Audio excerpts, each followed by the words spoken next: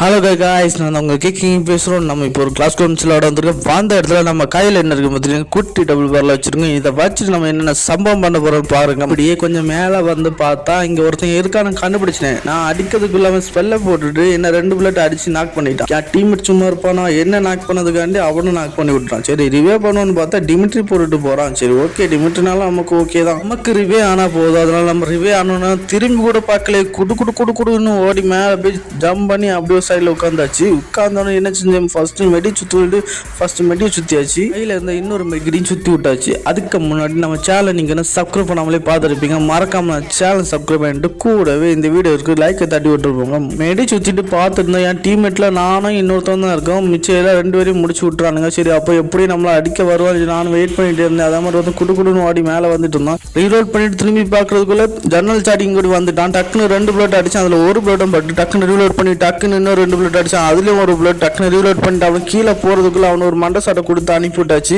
Life குறைஞ்சு போச்சு. சரி மெடி சுத்தலான்னு பார்த்தா அதுக்குள்ள இன்னொருத்த வந்துட்டா. டக்குன்னு டிமிட்ரி போட்டு ஒரே ஒரு அடி மண்டையில அடிச்சு அவன் நாக் பண்ணிச்சு. நாக் பண்ணிட்டு கீழே பார்த்து அவன் ரிவே பண்ண இருந்தா. அப்படின்னு பார்த்தா அவன் ஆஃப்ல என்ன. சரி அப்போ இன்னும் ஒருத்தன் தான் இருக்கு. இவன் அடிச்சுட்டு அவன் டீம் முடிச்சலாம் பார்த்து அவனும் கரெக்டாக ஒரு மண்டை சாட்டை அடிச்சுட்டு அப்படி இவனு ஒரு ஹைட்டா ஒரு மண்டை சாட்டை அடிச்சு அவனை நாக் பண்ணி ஏஸ் அடிச்சாச்சு. அப்படியே ஒரு கொடியை குத்தி விட்டு அப்படி ஒரு மாசா நின்னாச்சு. மறக்காம சப்ஸ்கிரைப் பண்ணிட்டு போங்க guys.